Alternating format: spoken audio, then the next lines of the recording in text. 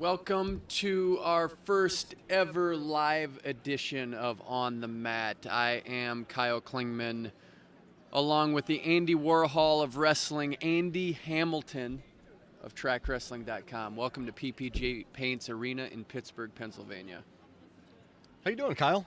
Doing great, man. This is the best time right here where you get to see all the athletes warming up and you get to see what's going to transpire the next few days. It's like a play over the next 3 days with 6 sessions, 6-part play, and we get to see what's going to transpire by Saturday. And it's an exhausting play at times because you get wrapped up into it, and there's great storylines. And the one that just strikes me is what Alex Marinelli, who's warming up right here, is going to have to do to reach the NCAA Championship Finals. I think his path, given what we know about NCAA Championship history, it's a unique path, and I think that's the storyline from my vantage point that I'm going to be watching the closest, and it starts right away tomorrow. Yeah, I mean, look at what he could have.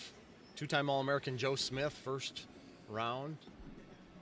Second round against potentially a guy that took him to overtime at the Midlands, Jonathan Virouette. Potential quarterfinal against Makai Lewis, a guy that beat him last year in the Junior World Team Trials, went on to win a Junior World Championship. And a guy that he's got teched by in last year's tournament in Evan Wick, potentially. Marinelli's turned that around, won all 3 to this point this year. They've been hard-fought matches, but all that's the work that has to be done just to get to the finals. So you're right. That's an incredible storyline to follow. I just think even the pigtail match and what we're talking about, if you have not followed the brackets, is that there's a pigtail match at 165 pounds, Joe Smith, which is John Smith's son. So just build that in. That's John Smith's son, 165 pounds, has not wrestled any of the season other than the postseason at 165. Yep. And now he's in a pigtail, seeded 33rd in the country. He's got to go in, and then what happens? You go against an Iowa guy potentially. So you have the Iowa-Oklahoma State rivalry right off the bat. I've seen a lot, and it's strange. Really weird circumstances, right? Very weird. And what's not weird is we're going to have Teague Moore come around here. We got a seat for you right here. I know he's going to have to. Look at that. You're going to go right. There's Teague right there going right in front of the camera. He's waving. What's cool about this, Andy, as he comes around is that not only is Teague the head wrestling coach at American, but Teague Moore is from Pittsburgh, Pennsylvania. Yes, he is. So when we were going through our list of people that we had to have on, we said Teague Moore was number one because he's entertaining. He's from Pittsburgh. He likes Guns N' Roses. He's a good-looking guy. We could go on, but we got it all right here. No, you guy can tell a story, too. Hours. I know. We have hours. Can you just kick this off right? Man, you hit the highlight last year, and a good story is worth repeating, and we'll have you do this every single year you're willing to do it. Tell us your story about almost getting kicked out of the 1998 NCAA Championships in Cleveland, Ohio. We have no other stories that we can cover? We can cover a lot of stories if you want, but that's our favorite one, man. All right. So 1998, I'm wrestling at the NCAA Championships, and it's kind of like it is here in Pittsburgh. It's really, really tight on the floor. And first round, I had a wrestler from Virginia, Steve Garland, who's now the head coach at Virginia, and doing a great job. So I'm in that bout. We know it's going to be a very tight team race, and the match just keeps moving along, and I'm a few points ahead, and I'm trying to get the major for our team for the points. And unfortunately, I don't think I get the major. Maybe I do. I can't remember. But I remember I came off, and I was extremely upset with myself because I didn't get the major for the team. And right when I came off the mat, the first thing I saw, I went to kick, and it turns out that was the first table of press row. And in 1998, a laptop went flying, which they were kind of few and far between in 1998. And shortly thereafter, I went back to the hotel, and I'm waiting for my next round. And Pat Smith called and said, "Teague, you got to come up. The tournaments, they're going to decide if they're going to keep you in or not." And Pat was kind of a practical joker, and so I just assumed he was playing a prank on me. Right. I said, "Pat, I got to lay back down." But sure enough, he came, knocked on the door, brought me back over to the arena. The championships committee decided if I was going to stay in the event or not because of what I had done, and thank goodness they let me stay in. And as they say, the rest is history. Does anyone bring that up, that story to you, or is that so hidden? No, it's been forgotten, thank goodness. I'm sure Coach Smith would remind me of it. Bruce Baumgartner was on the committee at that time, and I knew Bruce from a really young age because I used to go up to Edinburgh quite a bit. I had an older sister that was going to school there, so Bruce has known me most of my life and was one of those people on that committee that was making that decision to keep me in. So I'm sure there's a few people out there that could remind me. Do you remember what you said to vouch for yourself? I just remember pleading and saying I screwed up big time. I made a really big mistake, and nothing like that will happen again throughout the rest of the tournament, and begging and pleading to make sure I got my opportunity to stay on the mat, and thank goodness I did. The next year was in State College. Yeah. You're from Pennsylvania. Yeah. Do you feel like there's pressure when it's your home state? Do you feel like there's added pressure when that happens? I think there is. There's got to be, right? Yeah. There's definitely some psychology that goes with it. But at the end of the day, it's the national championships. You're going to have pressure. No matter how you want to slice it, you're going to feel pressure from some angle. For me, being able to go back home my senior year to Penn State, for me, I was actually excited about it. I mean, it was. Yeah. I knew I was going to see a lot of people that I grew up with and that had supported me throughout my career, so it was a good place for me to finish. Where'd you grow up from here? This is your home. So home city? I'm literally like 15 minutes north from here. My family, we moved as we were growing up. We started in a district called Seneca Valley, which has some really good high school wrestling right now. We moved to North Allegheny, which is where I ended up going to high school. And literally, this morning I woke up, drove out to a brother's house, and I got family that's in town, so I went and visited, and it was a 20-minute drive for me. Do you like being back here? Is this fun? I do. I love it. Yeah. I love it. The Pittsburgh's a very unique city, and having been born and raised here, and just knowing how the minutia of the city works, it's just fun to be back and see the old places that I grew up eating at, and all of the experiences that I've had in all these places is pretty cool. What did you like doing? So for me, growing up, I liked. In high school is when I started, when friends started getting driver's license, we started venturing into Pittsburgh to do the concerts and to go and see the different sites and those sort of things. So for me, the downtown area is always really fun to be at. There's a ton of history here in Pittsburgh. And not only that, just from a wrestler's perspective, the food is really good here. So there's a lot of little hidden eateries all over the place. I have friends that own some bars literally walking distance from the arena that I'm going to hope to get to go see for a few minutes later today. Did you get into the sports culture much here outside of wrestling? Yeah, I don't think you can grow up without getting into it. I mean, Pittsburgh is a unique city that, depending upon the season and the sport that is being played, all of the activities are usually revolved around watching a Steelers game, watching a Penguins game, surviving through a Pirates game. That's just kind of the way that the city works, and the energy of the people is really brought about because of the sports in Pittsburgh. As far as the sports culture, the biggest name to me would be Kurt Angle. Was he a guy you were aware of growing up? Absolutely. So I grew up with Kurt's nephew, Mark Angle, that wrestled at Clarion. So Marky and I were training partners. We were at different schools, but training partners all the way up through high school, and we won state titles together. We won the junior nationals 3 times together. I would live at Mark's house in the summertime in preparation for Fargo, and so I knew Kurt was his uncle and was around quite a bit, even though he was wrestling on a much bigger stage at that time. He cornered us at the high school nationals, which used to be at Duquesne, just 2 blocks from here. So yeah, Kurt was a big part of wrestling history growing up here. Man, the controversy here, though, on the ticket allocation and everyone talking about that. Do you have any insight on that? I mean, what's the actual scoop on what happened here with ticket seating? And it's just really strange. It's not. I think not only strange. I think it's a great example of what's happening. That this event is becoming so popular. Is that the unfortunate side? Is that I think we as coaches and programs are maybe losing a little bit of control of what's happening with the event. But at the end of the day, the event is becoming so popular that everybody wants tickets to this thing. It's not just because it's in Pittsburgh. I feel like as we continue to move forward, no matter where we go in the country, there's going to be a draw for these tickets. People want to be in this building for the next 3 days. We were talking about the situation with Joe Smith coming in at the 33 seed. And of course, John Smith was your head coach. Yeah. What do you make of that? Strange deal. I understand the logic.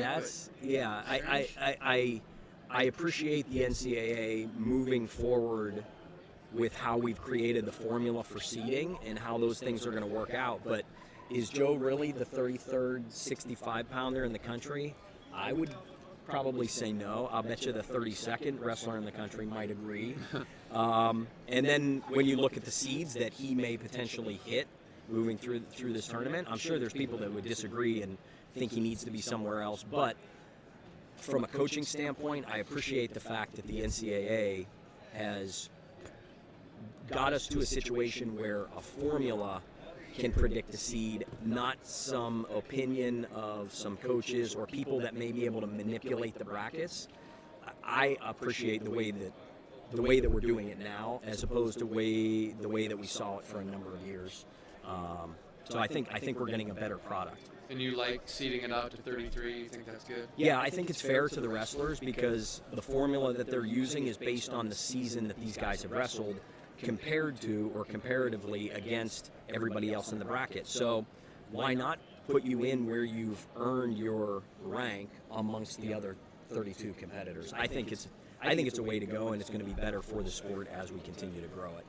Right now you're sitting in second place, Air Force in number We got a one. slight- You yep, feel slight good lead. about how your team is performing? I really like how we're sitting right now. We want to try and hold that as we move forward. No, it's good. I feel good with where my team's at right now. We got 4 athletes competing from American, and so we'll be up early. We've got a 25-pounder, a 33, a 49, and an 84. So those guys feel good. Gage Curry, my 25-pounder, is from right here. Literally grew up 10 minutes from the arena, so he's back home, and I feel good about how we've prepared for this event and where we're at. Josh Terrell, super dangerous. Yep. What's it been like to coach him? What's unique about coaching him? I'm losing my hair, as you can see. It's not gray, but it's getting gray fast. Josh he's a fun athlete to coach because he's willing to listen and learn and try new things. There's some times where, and I'm sure Josh would agree to this, there's times where there's frustration because he is so unorthodox and out of the box with his wrestling that sometimes he's seeing things from a different angle that we'll see it from a coaching staffing angle of just saying, look, we need to remain very fundamental and we need to stay in these certain areas, and we're good in those areas, but Josh likes to mix it up. And it worked well for him in the conference championship. He was down in a second round match and ended up getting the Splato and getting the fall, which you don't see a lot of times, but he's capable of doing big things like that. As far as just mentality going into this, I know that the thought is just to stay calm, but it's, hey, when you get into an arena like this, how do you manage those nerves knowing this really is what you're shooting for? Yeah. One is remembering that it's just a wrestling tournament, right?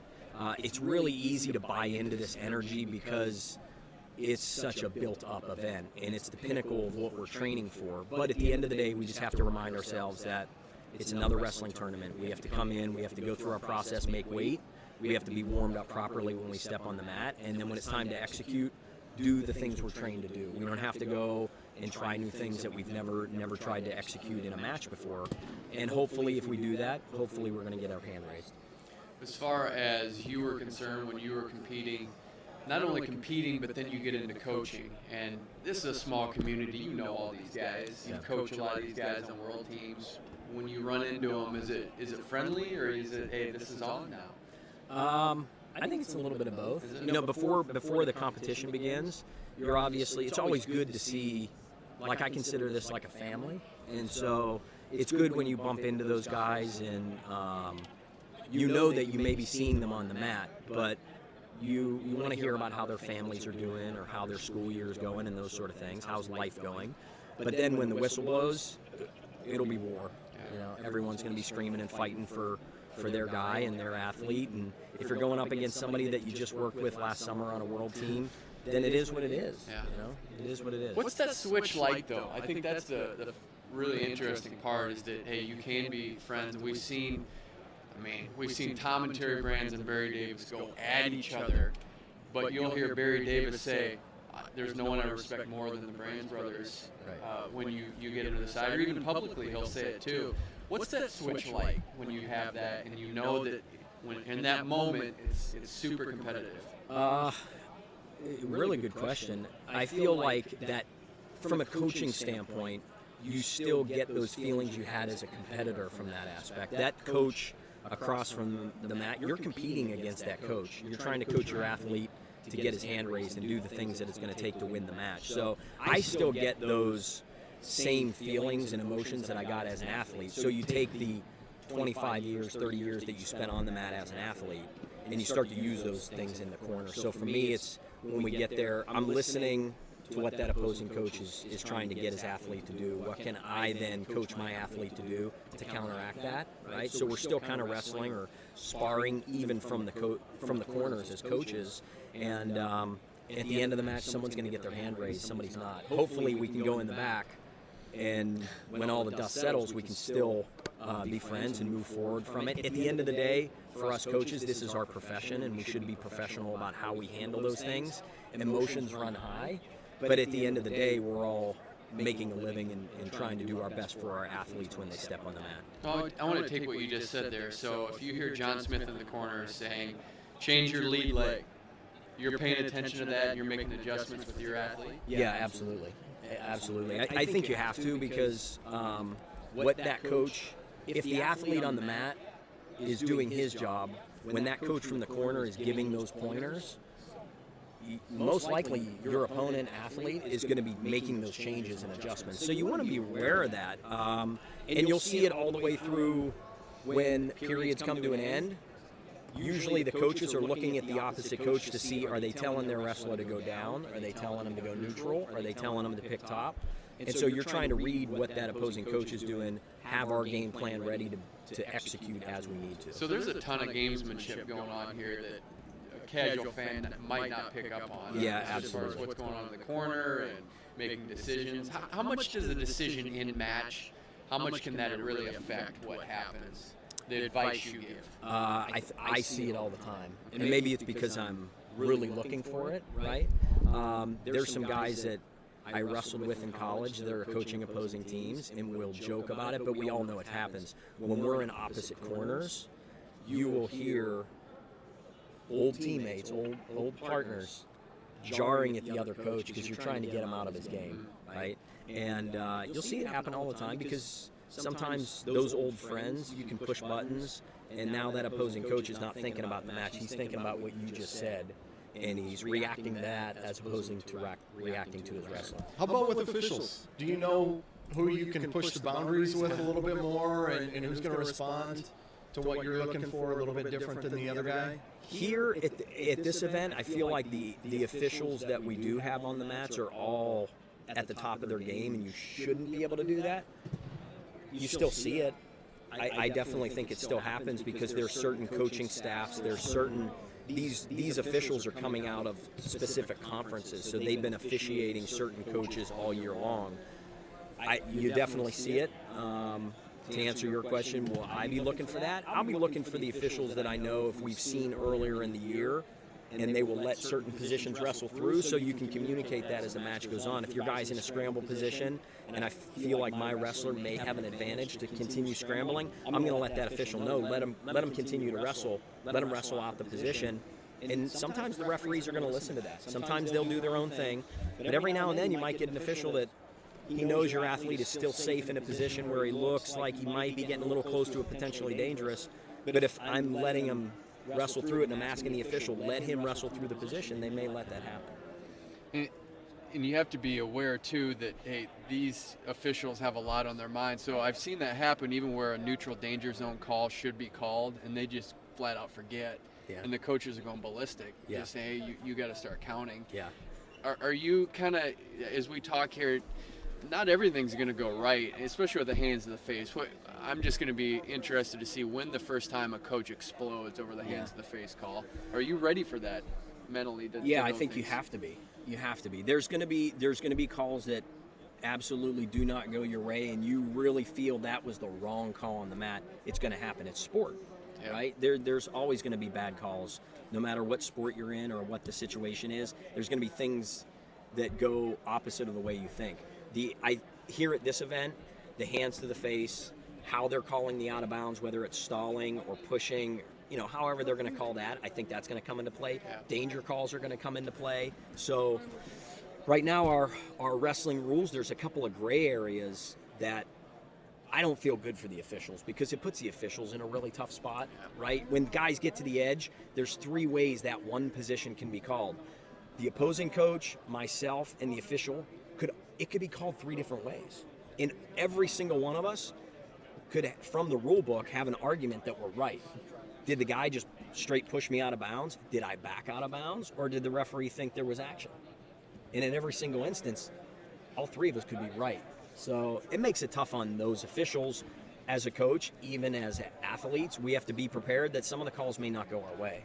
We have to be able to wrestle through that. Teague, what does the rule book look like versus what do you think is ideal?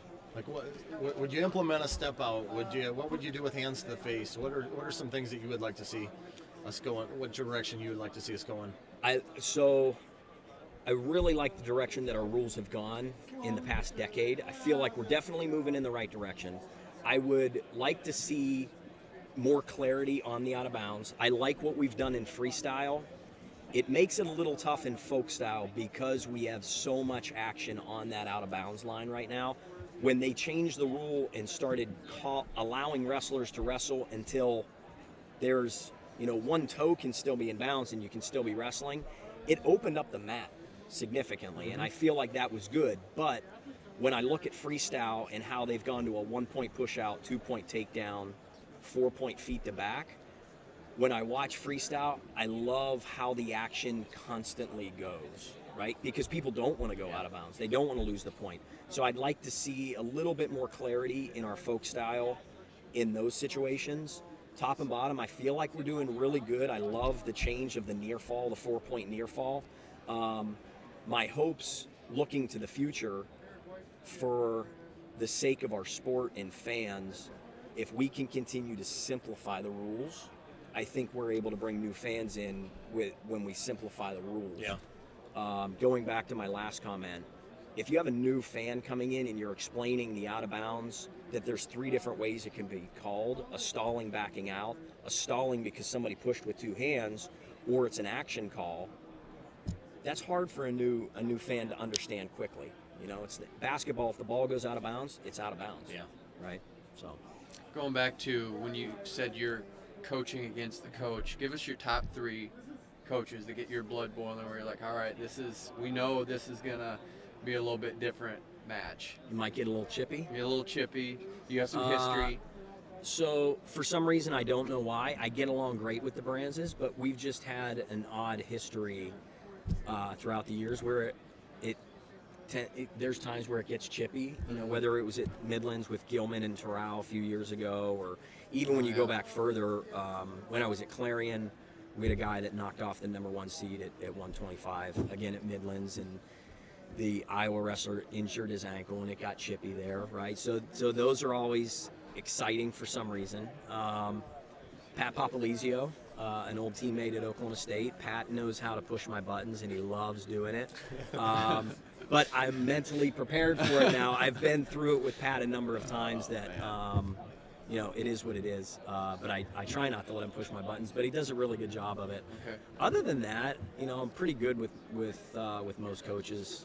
I'm sure my alumni or my wrestlers would say, oh, what about this coach or that coach? But those two always seem. Well, mentioning Pat, I don't think we've asked you about this. Andy and I have talked about this numerous times. The greatest dual meet ever wrestled, February 14th, 1998. You were part of it. Yep. Oklahoma State, Iowa, 22-18. You started that out. Got a major decision against Eric Juergens. Good I memory. showed that to Randy Lewis one time, and he said that is maybe the most fast-paced, exciting match I've ever seen. And it was incredible. You hit a spladle in the match. Yeah. Gable's going nuts because I think you got injured a little bit. And this was right after he had been head wrestling coach. Yeah. And that was just set up one of the craziest meets I've ever seen. Andy, too? Yeah. It was, that's a great memory. It's on YouTube. You got to search to find it, but it's out there. That dual meet from top to bottom was twists and turns. I had Juergens, and like you said, I ended up with a major. I had him pinned in that spladle. He screamed, and they let him off his back. They gave him 4 near falls. I got 4 near fall for it. And then in the very next match, Eric Guerrero was beating Schwab, and then Schwab come back. He majors him in the 3rd because Eric was a little bit injured in that duel. And then Jameel Kelly gets pinned by Ironside, and then Steven Schmidt pinned Jeff McGinnis. It was like Carver Hawkeye in my match was kind of quiet. And then when Schwab came back on Guerrero, we had no fans there. We had maybe 35 people from Oklahoma State that drove up. There was 14,000 fans on top of us, on top of the Oklahoma State team. And looking back, just a really fun duel to be part of. I think that duel still ranks when you pull out the NCAA champions, All-Americans, and Olympians that came out of that one single duel from 25 to heavy. The numbers are pretty incredible. It is. Incredible. When you break it down that way, how would you expect that Oklahoma State could win when Guerrero loses and Jameel Kelly gets pinned? Do you think there's no way out? Yeah. And then McGinnis ends up getting pinned. Yeah. If anybody goes back and watches that duel, Chuck Yagla, Iowa alumni, is officiating the match. I don't know how that happened, right? But Pat Papalizio goes out at 190. He's going up against Lee Fullhart, right? Iowa has to win that duel to stay in it. And Yagla stalls Pat out, stalls him out of the match. 5 stalling calls in like the first 4 minutes. And so Pat got DQ'd, which gave them 6, which then put the match on the line. It came down to heavyweight, and the heavyweights were going to decide that duel. For us, it was Ben Lee, and for Iowa was Wes Hand, yep.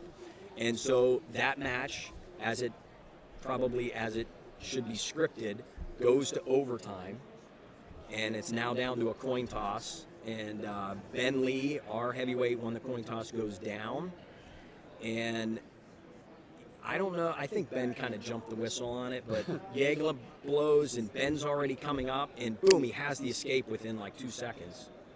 And that was it. Chuck put his hand up for the escape. We win the duel, and Carver Hawkeye went silent. And we made our way off the gym floor. It was, I think, for the fans that were a part of that to see it, whether you were a Hawkeye fan or an Oklahoma State fan, that was a crazy duel to see from top to bottom. Do you remember what it was like leaving the arena? It was brutal. John, as soon as it was done, he was already yelling at us to get off the arena floor. And so we were heading towards that big garage door they have to leave. And it was, the Iowa fans were surrounding it up around the bleachers saying, they were not congratulating us. I'll say that. They were not congratulating us as we left, but what an atmosphere. It was, we talked about this, those of us that went on internationally, that type of atmosphere was phenomenal when we would go to Russia to wrestle, or we would go to those foreign countries, Iran, when you go to compete. It's that type of environment. Everybody in that building wants to see the American lose. So looking back on the days at Oklahoma State, that in Iowa, that rivalry, it was great preparation for those of us that went on to the world stage. You had a brother that passed away. Is seeing your thoughts as you come back to Pittsburgh? Absolutely. He and my dad and another brother are just buried about 6 miles from here. So absolutely in my thoughts all the time. And I wish I would have loved to have, if Ty would have had the chance to see the national championships here, because in our lifetime, this never happened, right? Last time it was here was 1957. So really wish he would have been able to see something like this, and the amount of people that he affected that will be down here coaching, and in the ranks, the Coleman Scotts and Storniolo and myself and all these people that he helped bring along that are now coaching at the NCAA level is pretty impressive. What do you think about these club programs? Jody Stripmatter doing a good job. Phenomenal job. Yeah, it's a trend right now. It's really part of the reason we're being successful right now in the U.S. with these clubs. Yeah, it's taken our sport to a whole different level, and so it doesn't matter if you're just in Western Pennsylvania anymore. It's all over the country. You have great athletes, great coaches that are now giving back to the youth at a very young age, and we're seeing athletes competing at a mentality and a technical side of the sport at a really young age. I mean, we see it all the time that these freshmen in high school are winning state titles in places like Pennsylvania, and then they come to the nationals, and guys like Spencer Lee are ready to win NCAA titles as soon as they walk in the door. I attribute that to our culture, the wrestling culture that is given back. you have Olympians, you have NCAA champions, All-Americans that now work with 6, 7, and 8-year-olds. That's a beautiful thing for a sport, right?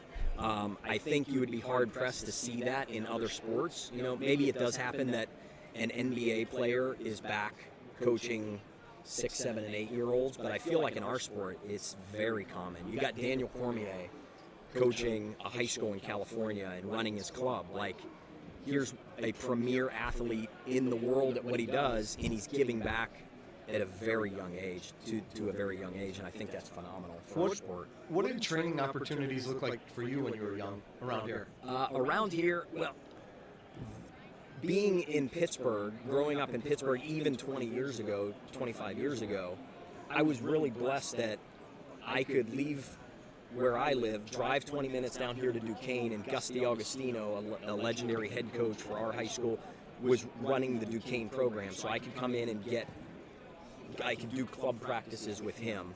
I could go to the University of Pittsburgh. I had those opportunities. Kurt Angle was getting instruction from him as I was in junior high and high school, right? Or he was just even giving us pointers. When you go and compete, here's a mindset. I didn't realize it at the time. That was a very special thing, to have that availability of those minds and that knowledge. And I took full advantage of it, and that's what propelled me to Oklahoma State in, national titles or a university world title. But now I see that all over the place, and I think it's great for parents and young kids to get that type of support. Why do you have to be so good at interviewing?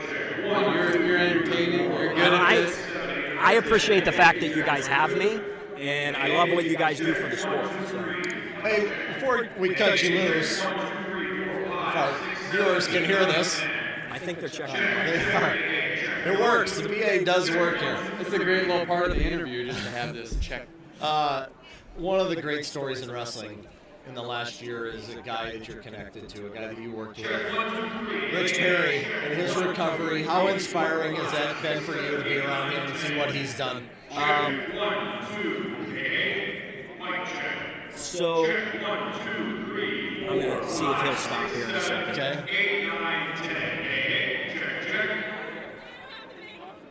So the Richard Perry story and the saga of coaching against Rich when I was at Clarion and he was Bloomsburg, so I got to see a little bit of his development as an athlete. Then he came and assisted for me at American, so I got to know him and we really developed a relationship, right? Fast forward to the accident. Having been in San Diego with him right before the accident, I wasn't there at the accident. And then knowing how tough of a situation that he was in, and seeing his progress there's only been a few things in my life that I can say that's a complete and total miracle. It's been a miracle to watch his progress and where he's at right now. When that accident happened and we found out how tough of a situation Rich was put in, there's nothing that makes me happier than seeing where he's at right now and how prayers were answered. There were a lot of prayers, and myself included, of a lot of us in the wrestling community that fasted, or we offered up prayers in Rich's name, and he was blessed. I mean, he's back and he's moving around, and to see him on the wrestling mats again is just absolutely incredible. And I feel like that is a blessing in my life that I actually got to see a true miracle take place. Thanks for your time, man. We can keep it rolling all the way through, but I know you got other things to do. But thanks for being back in your hometown. Awesome. Thank you, gentlemen. I appreciate what you guys do. Thank you. The guy there is the head wrestling coach at American University. He won a national championship for Oklahoma State in '98. He's back in his hometown. Man, that was fun to hear a lot of those stories. Some of those things I didn't know, Andy, but man, what a great insight he has. And yeah. Once again, we probably could have gotten another 2 hours and not even touched the surface. I kind of wanted to get him to retell some of the stories he was saying over in Slovakia, telling me over in Slovakia at Junior Worlds about adverse conditions overseas that he encountered. I think there's some tremendous stories there. We did an interview with him over there. It's on Track Wrestling. If you search for Teague Moore under the news thread, you'll be able to find it.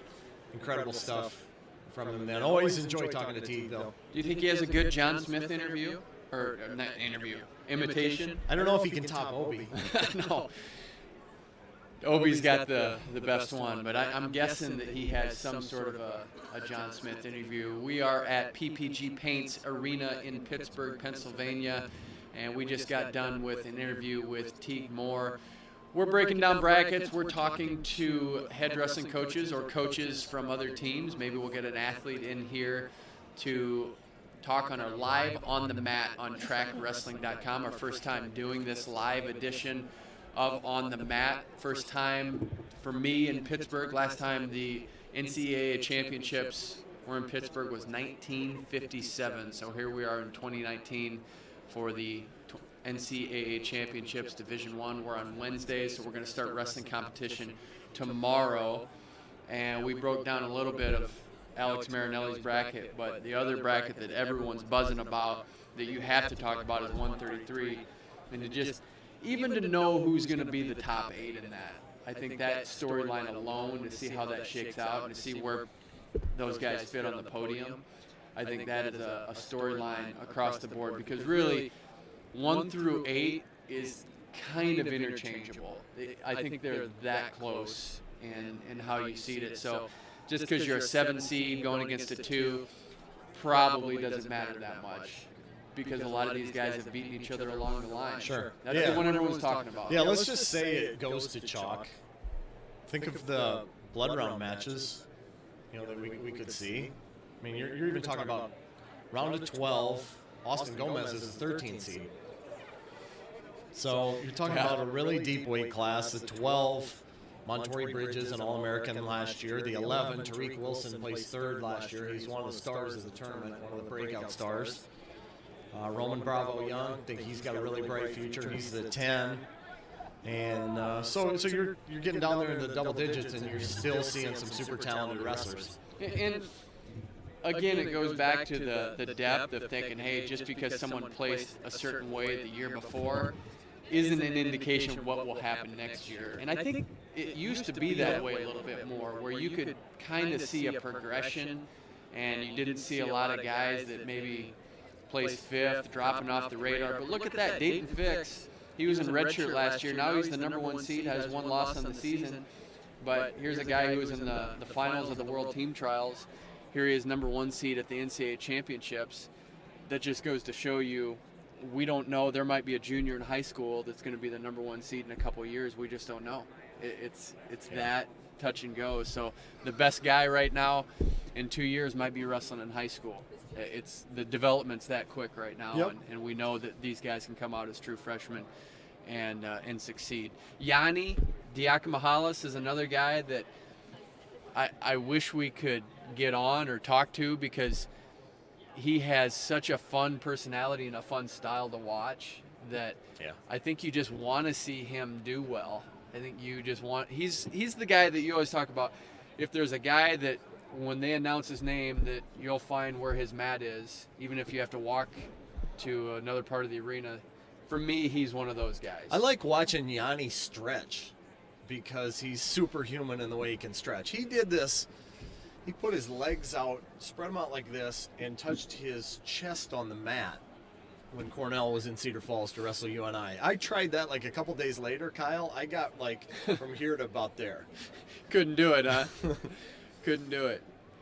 But to your point about the development, I was looking up this in Jason Bryant's preview guide. If you haven't got that, you're following this tournament, you need to get the Division I preview unreal, guide. man. It's unbelievable, some of the stuff that's in Jason's preview guide. One of the things in that I was looking at, there were no true freshmen that won this tournament between Lincoln McElravy in 1993 and Tion Ware in 2003.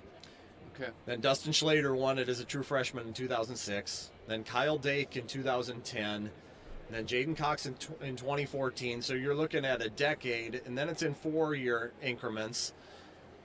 Since 2016, Miles Martin in 2016, Mark Hall in 2017, Spencer Lee and Yanni last year. Will we see Gable Steveson follow that trend, keep that trend going another year in a row, a 4th year in a row for a true freshman?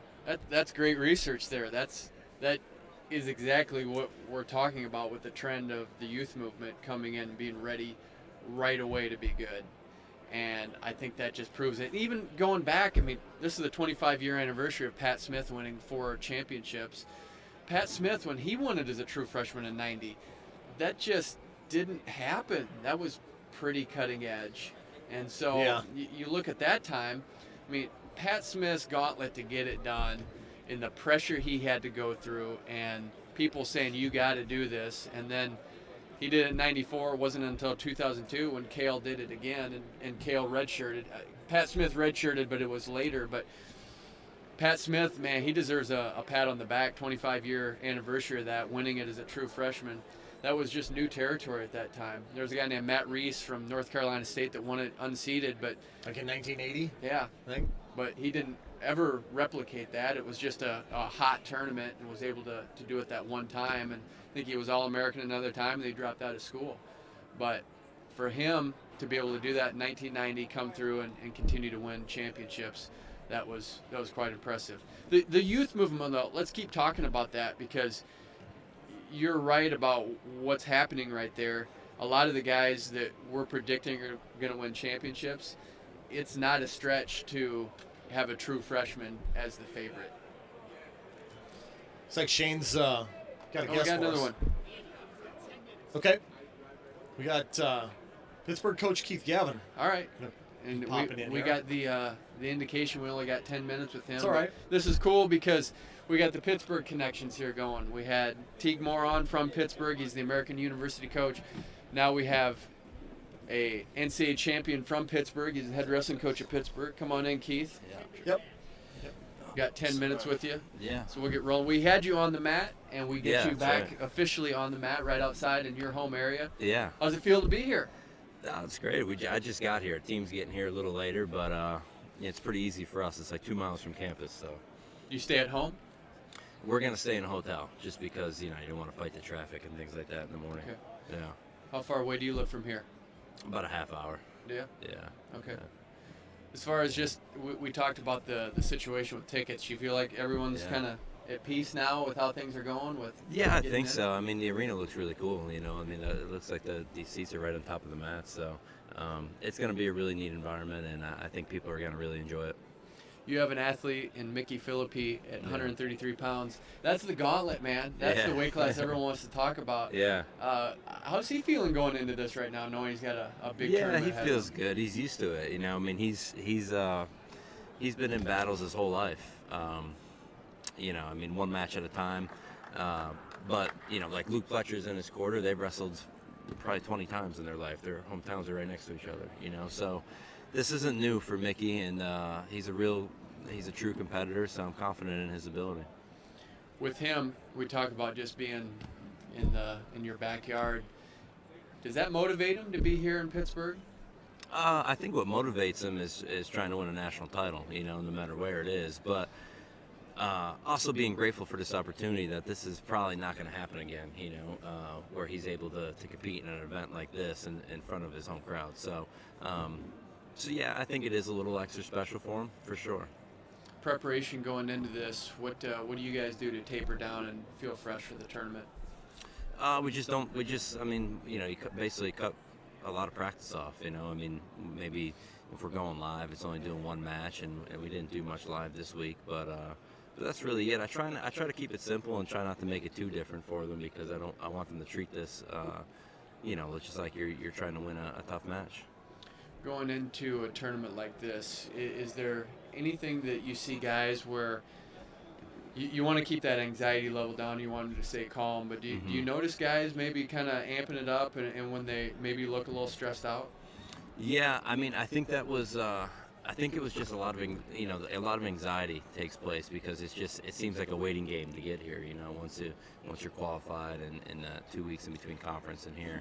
But now I feel like it's more that's shifting into excitement, which is what should happen. When we talked to you last time, you talked about just your ability to stay calm and pragmatic about your approach. Did you get nerves when you came to the NCAA championships? Yeah, I think so. I think that's pretty common. I think everybody has nerves. It's just you find ways to deal with them. But once I got into the deeper rounds, I didn't really have nerves. It was like I always felt like if I was in a bigger match, I knew I was going to perform well, and that's all you can really ask for. Keith, you got a national champion on your roster already.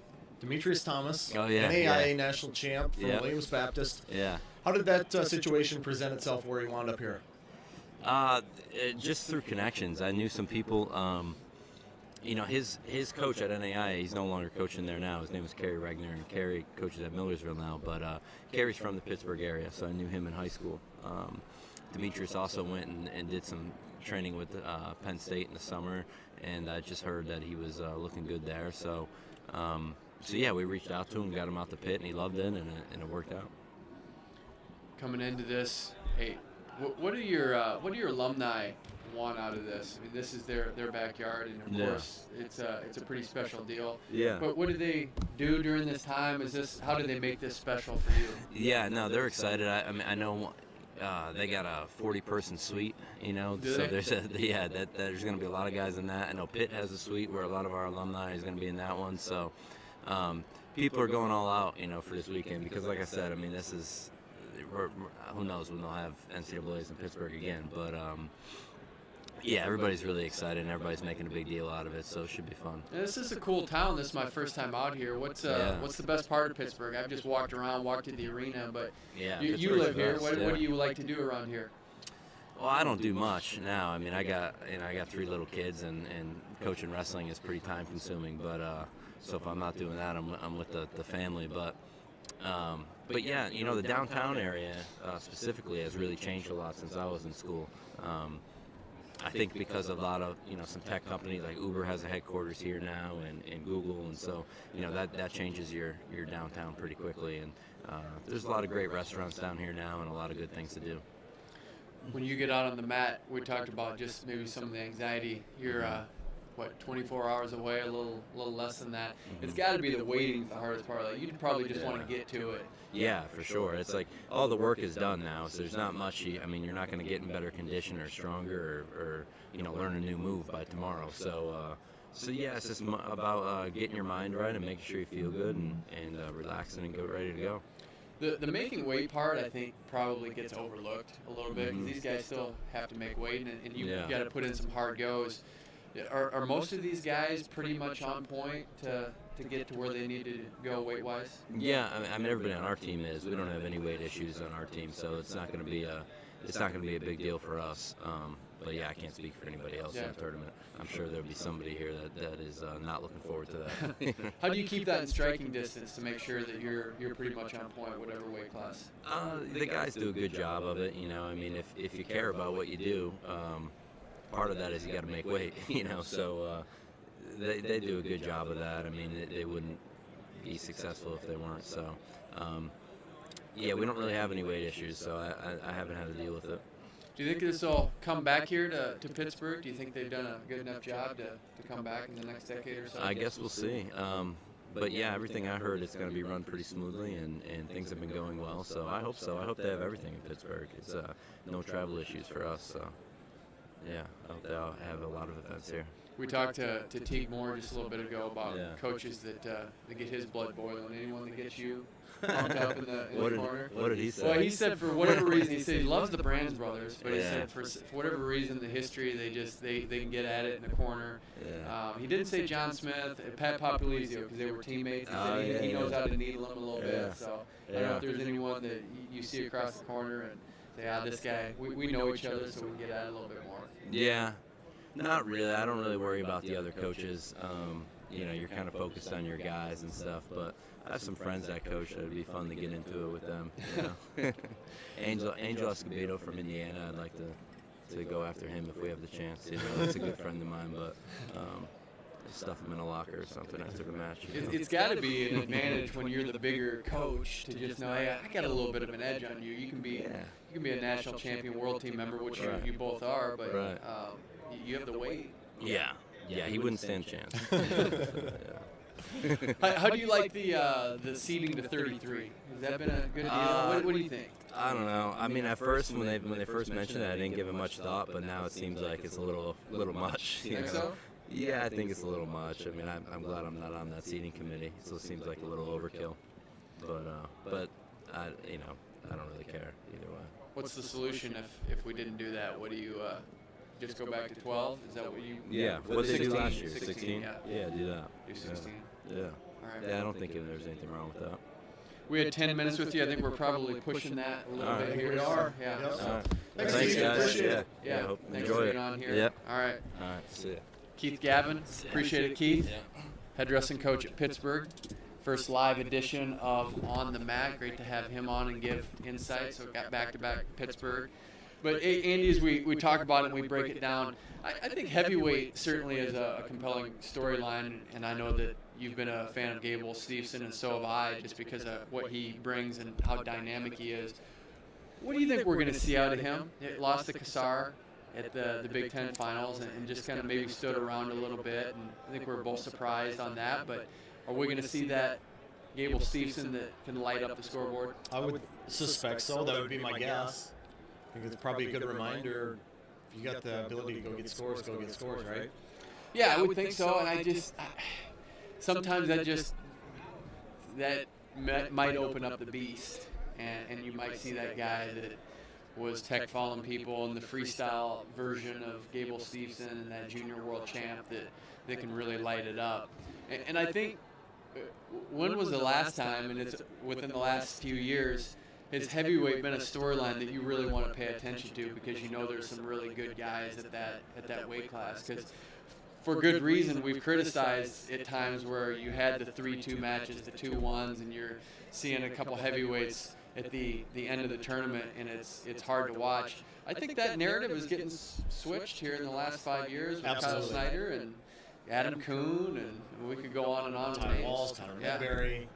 All those guys, and I think that continues. Nick Wzdowski. Yeah, the Gwiz is as dynamic as you get too. So I Jacob Casper. Casper. We got to get Jacob Casper on the show here. We're on the Another hunt for edition of Casper's Corner, if hopefully. if he'll get over to us. So, but in just breaking down the weight classes, 125. We've talked extensively about 133, but 125 is certainly another compelling weight class, because everyone wants to know, what is Spencer Lee going to do this tournament? Had the best tournament last year, had the most points scored as far as team points scored, and has suffered 3 losses this year. And I still think he's the guy that everyone has eyes on and wants to see what he's going to do. Yeah, I think that's been the case for pretty much Spencer's life since he stepped into high school, maybe even before that, with the reputation preceding him.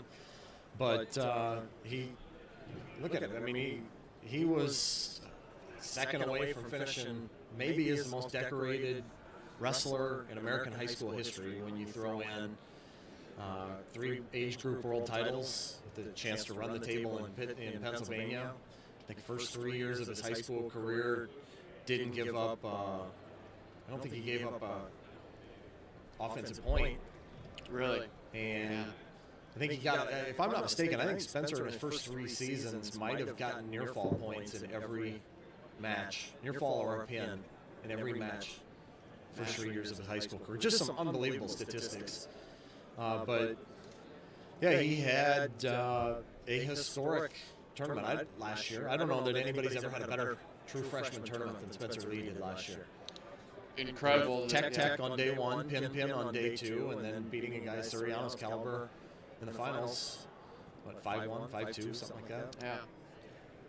We'll be watching 125, of course. And then the guy that you're calling the most dangerous wrestler that you've seen, at least in your lifetime, Bo Nickel, comes in for his senior season. Another guy where all eyes are going to be on him, regardless of where he is in the arena. What's his tournament look like? I think that's going to be great to see. Like, have guys scouted him enough, or with him being so dangerous, is he a guy you can even scout and know what's going to happen? Yeah, I mean, he can pin you from so many different positions. You know, you're on his leg, he's spladling you. You know, you take a shot, he puts you in a cradle. You know, it's almost like, where do you go with this guy? He can throw you. He can turn you from top. He has made himself pretty. I mean, you can scout him, but Yeah. what are you going to do against him is the other thing. with those weight classes, Nolf and Nickel, they kind of take away the storyline of the rest of the weight class, because you just have that expectation not only are they going to win, but they're going to dominate.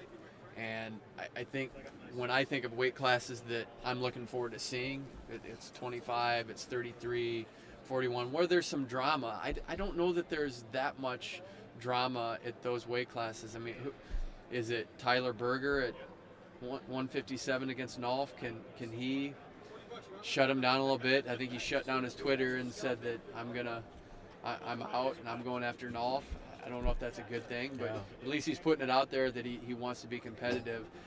I just don't know, even given the history last year when Nolf comes in, was injured, in an injury that I didn't think he was going to be able to overcome.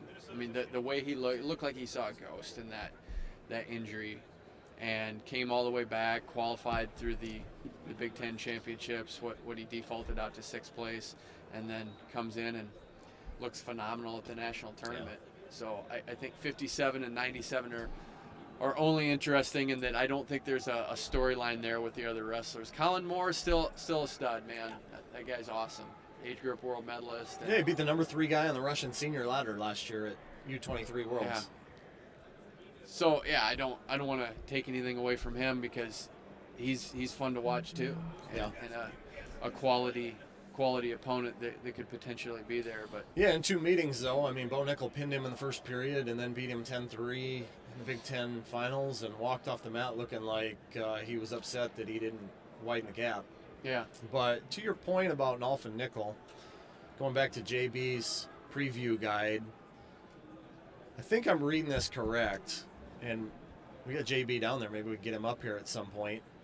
But it's been 80 years since one team had 2 3-timers. 2 guys win their third in the same year. really. Oklahoma State did it in 35 and 39. If I'm reading the guide correctly, it hasn't been accomplished since 1939. Man. And then just take the stat that you like. What is it? 16 semifinal wins in a row for Penn State? Yeah. I mean, there's some pretty incredible tidbits that I was digging up in there. Just a few, if you want me to read them off. Yeah, I'd love to hear these. Penn State can move into sole possession a third for most titles in NCAA history. If the Nittany Lions win this week, it'll be their 9th. Man. Currently tied with Iowa State. You think about that, they'd only had 1 when this decade began. Yeah. Cale Sanderson has a chance to move into a tie with Art Griffith for 3rd most coaching titles if he can win his 8th this weekend. I mentioned the thing about the 3-timers. We have a dozen wrestlers enter the tournament unbeaten. I think that's pretty interesting. There are 4 wrestlers who enter the tournament with sub 500 records. Big 12 made the biggest jump in terms of qualifiers, going from 52 a year ago to 61 this year. Out of the 77 programs that we have in Division I wrestling right now, 72 of them qualified a wrestler for the tournament. Pennsylvania has 53 natives in this tournament, which is more than the next 2 states combined. New Jersey and Ohio had 24 each. Blair Academy, 6 NCAA qualifiers, most amongst high school programs. Bergen Catholic out of New Jersey powerhouse with 4. Also, Cherry Creek, Colorado has 4. Wow. All fine silvers. That's cool. So we have 1, 2, 3, 4, 5, 6 potential 4-time All-Americans. We're doing a sound check as well. Yeah. 6 potential 4-time All-Americans: Willie Miklas, Daniel Lewis, Miles Martin, Bo Nickel, Jason Nolf, Anthony Ashnault. 17 4-time finalists in tournament history. Jason Nolf and Bo Nickel can join that group as well. And then just to even add to that, you think about Iowa has 6 3-timers. Started in '83 with Ed Bannock. The most recent was in '98 with Joe Williams. So that's a span of 15 years. What Penn State has, they can have 4 within the span of, I mean, Ed Ruth was the first to do it, and likely going to get another. Yeah, Zane Rutherford then, and then Zane. Yep. You Bonek could and have Jason Off. 3 this year. You could have 3 in one tournament. Yeah. Yep. So you could add. Yeah, and the other thing too, one of the other nuggets in here, Wow. Iowa, 47 consecutive years with an All-American. Minnesota's second most, 33-year streak. So, And yeah, I guess that's another way of saying if you haven't bought JB's preview guide, Yeah, you could get lost in there with all the facts. there's some stuff there that really blew my mind as far as some of the statistics there. So I bought mine. It's if you have a promotional code, I use mine, which is Gable. You can get $5 off. So well worth the money to get Or that. track. You can do track. Yep. So either one of those. Put it in there. It's final plug. Get that guide. It's the best resource you're gonna have. It's really cool. But I mean, take that a step further. Possibility of three timers all in one tournament. With Senzo, you have Nolf and Nickel all could be 3 timers this year. Oh yeah, I forgot about Vincenzo. He could be another 3-timer. They could have 3 3-timers. All this year. Yeah. Yeah. That is a head scratcher. How impressive that is, and you were a finals match away from possibly having 4 if Mark Hall would have won it last year. Yeah. Yeah, absolutely. So Incredible. yeah. Get some juice. I'm gonna pass this over to get a little juice for him, so we can make sure we can keep that. Continue lining up guests. Yeah, here. so we can keep up lining up guests. We're gonna see if we can get Jason to come around. You want to come around and talk about your guide? He says yes. 1 minute. We're gonna. Have you ever encountered a situation where Jason Bryan did not want to talk? Yeah. I don't know if he's gonna go in the exact right way to come around here, but He's not. We're going to see some acrobatics, so maybe. he couldn't do it. He went around the wrong way, and we're gonna track his progress coming around here on the hunt for Jason Bryant. So possibility of 3 3-timers from Penn State, and which would bump their total up to 5. So they have 2 right now, and Ed Ruth and Zane Rutherford, so they could end this tournament with a huge jump, and they could get up to 5 3-timers. Oklahoma State has the most. Get on in here, Jason.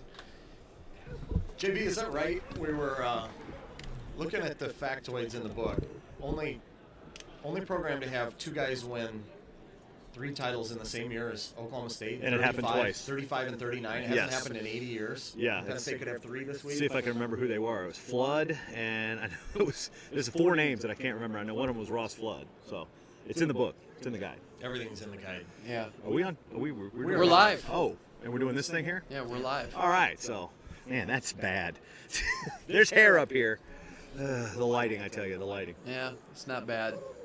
I like it. Hey, Hazard over there. Yeah, but yeah. So we're here on the floor in Pittsburgh. Yeah, take what do you us guys think? the guide though. Okay. I mean, how much time do you spend getting this incredible guide? The hardest part is bracket day. So when the names come out. So then there's a mad dash to get 330 bios done. Thankfully, I've got a spreadsheet where I've pretty much gone through ahead of time and said, okay, here are the qualifiers, here are the qualifying places. Have to double check because, I admit there was a true 6 in the Big 12 that I didn't see initially. So as I'm doing myself, I was like, wait a minute, this guy's not in the draws. What the heck? And thankfully, I didn't print it with that, but I went through and found it. So, that's the setup. And then the heavy lifting is that those 330 bios, pulling them and formatting them and pasting them. And thankfully, I've learned Adobe InDesign, which is kind of an industry standard, on how to create a merge document. So it saves me a lot more time. It's not like I have to manually type every single thing in. I do type it once, and then I can import it in. And it works out pretty well. And I've come up with the template the last 6 years. It's been really good to use. But, yeah, it's a lot. I mean, there is an all-nighter in there. Like Thursday night, I did not go to sleep. I finished it at 7:30 in the morning, shipped it out to get some people to look at it for errors and such, and then went live at noon. So it is it's a lot of man hours. Do you enjoy it? I do Are you gonna because keep doing it? yeah, as far as I'd love to have 16,000 people buy it, but let's be real, it's unfortunately not the case right now. But it is something that the history of, I mean, it's especially if you look at page 214. We're remembering the loss of Don Sienga, who was, you and I both know that how much historians play a role in our sport. And for years, it was Don, it was Jay Hammond. You know, we have guys like Jamie Moffitt involved. And there's so many other names, but they're getting older. And you know, we lost.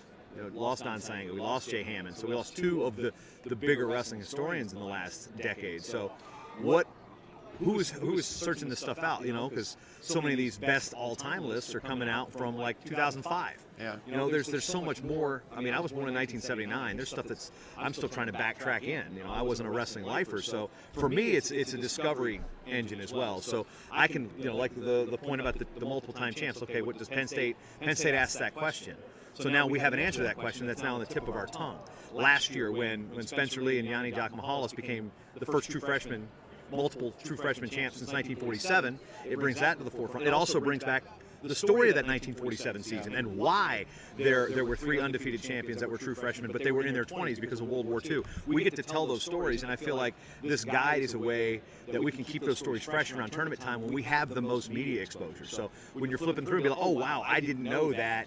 You know, X, and then, you know, with the blood round stats and with the three-timers that don't place their senior year kind of stuff. Those type of things are sometimes they're hard answers to hard trivia questions, and the guys you almost don't want to mention their names because it's like, you know, it's hard to see a guy who had such a great career like Dean Heil and, you know, put him on a list of, man, there was those three-timers that didn't place their senior year, the Matt McDonoughs, you know, there's a lot of them out there. And then there's, on the flip side, the Tony Perianos of the world who went blood round, and then won again in the blood round in overtime. He was almost a four-timer round of 12. Think about, I mean, those stories are what really kind of amped me up, is because I geek out on stats. You know, I text you guys whenever I find something really cool throughout the course of the year. I'm like, yes, you know, I'm always thinking, what do I want to see in the guide? What can I put in here that saves us time looking at this tournament? Like, okay, ESPN needs to dig up this obscure stat. No, I've got it. We figured it out. So the Penn State stat, 16 straight semifinal wins. That's something that's, you know, you have to go through and find. That's something you have to manually go through the brackets to verify. When has there ever been a streak like that? So, I mean, that's 16 in a row. That's not in the guide right now, but it's like, that's something that when it's done, we'll be in the guide, because now next year I know I'm going to go back and look at it. Like Kyle said, how many guys have lost in the first round and come back and taken third? Well, we have to look at the brackets going full Wrestlebacks not until 96? 96. They started placing 8 in 79. 96, you know, up until then you lost in the first round, and the guy you lost to loses, you were out, kind of like the Minnesota State tournament in high school. But now it's a full Wrestleback, and that's only been in action since, you know, 96. So if you want a true who lost in the first round to come back, you really have to start there, because that's our current format. You know, so many times he lost in the first round, but he lost to the eventual champ, so he had a chance, whereas somebody else didn't. So those are the type of factors we have to consider. How do you come up with something that's new? I mean, I can even go to the stuff I like four-time finalists, and then you put in bold the ones that have won it 4 times, which there's only been 4 of those. How do you try to keep on the cutting edge and come up with something that's fresh and new? And I can't take a lot of credit for it. Usually it's a question I get from Twitter or an email. Hey, do you know? Or something that happens here. It's like, hey, when was the last time? So, like, okay, I want to know that. Somebody else wants to know that. Well, let's see what kind of gem comes out of it. And ultimately, when you're looking for one thing, you usually unearth 3 or 4 other things that you weren't looking for. So, you know, I want to be able to answer every single question that's possible. I mean, that's impossible, but I want to answer every question that I can within range. Like, we now know, thanks to, you know, Ed Ewalt, who dropped a bunch of books off at the Gable Museum that had every hometown of every All-American in every division. You know, I went through and digitized those and typed them up. So every college division, I'm still working through junior college, but, you know, D1, D2, D3, NAIA, I can tell you what state has the most All-Americans. That, you know, in D1, it's in the book, which hometowns. I mean, the hometowns aren't in the book because there's a lot of them.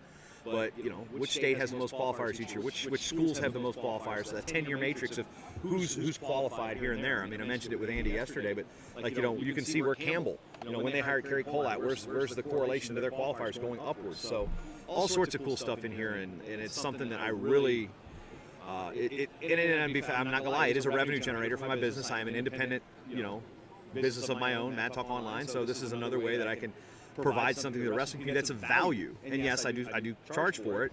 It's not like I'm going to give that stuff away, because there's a lot of time and man hours to it. And part of it is our historians are getting older. And who's going to do it if not me? So I kind of take that burden upon myself to, you know what, you know, that's Somebody's got to do it, and I feel like I'm the one that's got the skill set to do it. Did you sell enough? I mean, what's enough? Do you feel Never's like- I don't think that never's enough. I think every person in this building should have one. Well, I But do too. realistically, I've got a number in mind. I always like to be better than last year, and I'm still not to that point to where I hit my initial goal. I am better than last year already. Okay. But I'm still hoping that when the next 48 hours go through, this thing starts up, I get another rush. But I got to thank, Track Wrestling, the Gable Museum, the NWCA, podcasts like Blood Round, the Inside Trip, the Alan Josh Show. They've all, thrown out promo codes because ultimately I have a price point, but there's so many promo codes out there. If you listen to my podcasts, there's a promo code in there. So, like I said, there's a bunch of ways to get it for $14.99, and it's just, a lot of people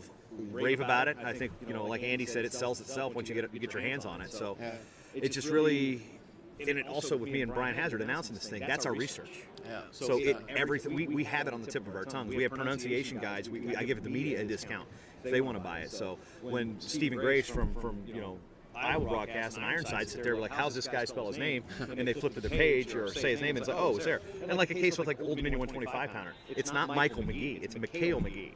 You wouldn't know that unless you flip to the page and pull up his bio and be like, oh wow, his name is Mikhail, but it's spelled Michael. So every little tidbits of juicy nuggetness. And I like too that you can get on there and you have links to all of the past brackets.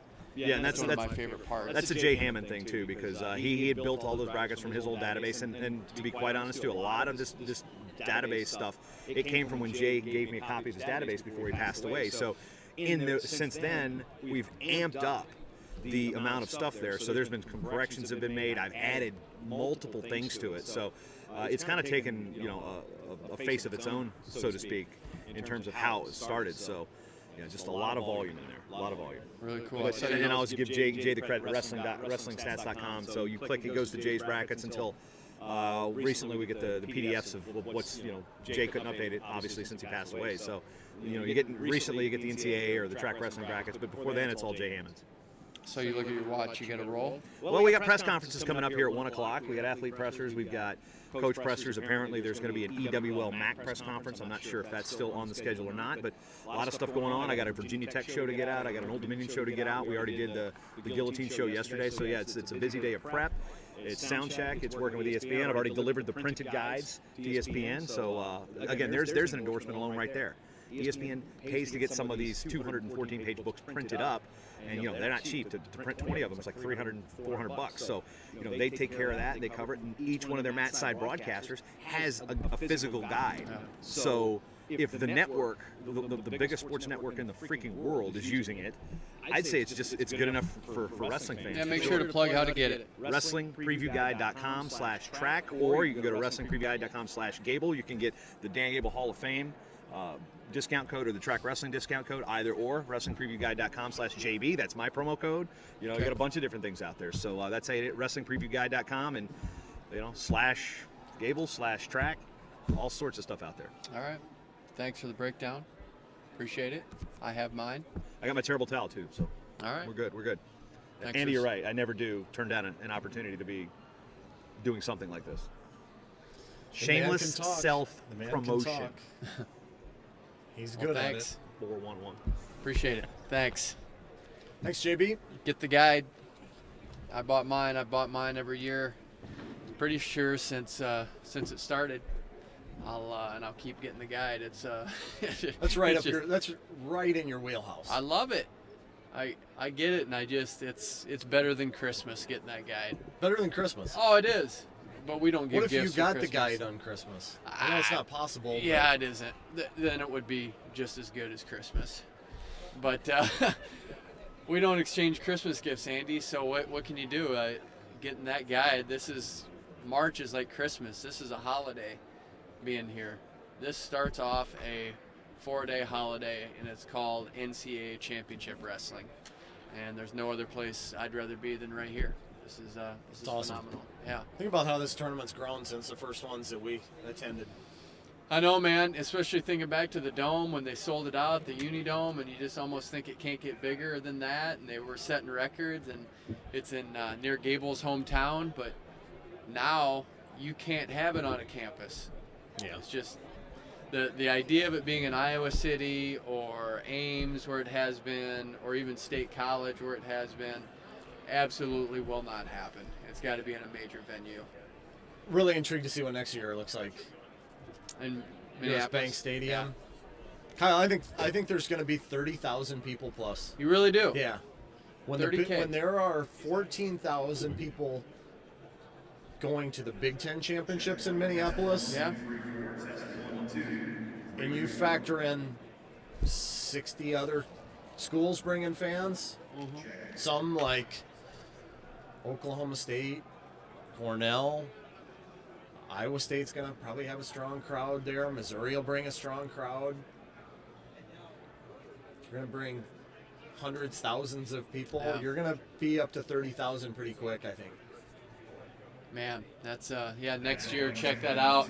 See what happens when we go to Minneapolis for the NCAA championships and what the possibilities are there. I think Adam Tirapelli, who did a fantastic job, NCAA champion from Illinois, we just had him on our last podcast, when he said, hey, we're pretty much maxed out on our ceiling of what we can accomplish with the NCAA championships. People are going to go to that. People are going to support it. Now how do we just notch that down and start getting more events that have status? And you know what, he's right. I've never been to the Las Vegas Open. I've been to Midlands and other tournaments. You're not getting the draw at those tournaments and their major tournaments throughout the year. You get the draws at dual meets. Yep. And how do we bump up and elevate the sport? I really do. I think it's the dual meet product. This takes care of itself. You don't need to promote this. This will sell out with no promotion. Yep. People will come to this. But I think that finding ways to get to those dual meets, that's the key to growing the sport. Yep. What's it looking like, Kyle? We going to get a Casper's Corner here? Yeah, we can. Let's look toward it. I think he's looking at trying to get maybe Tom Brands to come on the show here. So Okay. we'll get Tommy to come on the show. Okay. We got 2 minutes with Tom. That might be a great segment. 2 minutes Two with with Tom. Tom. 2 with Tom. It's the perfect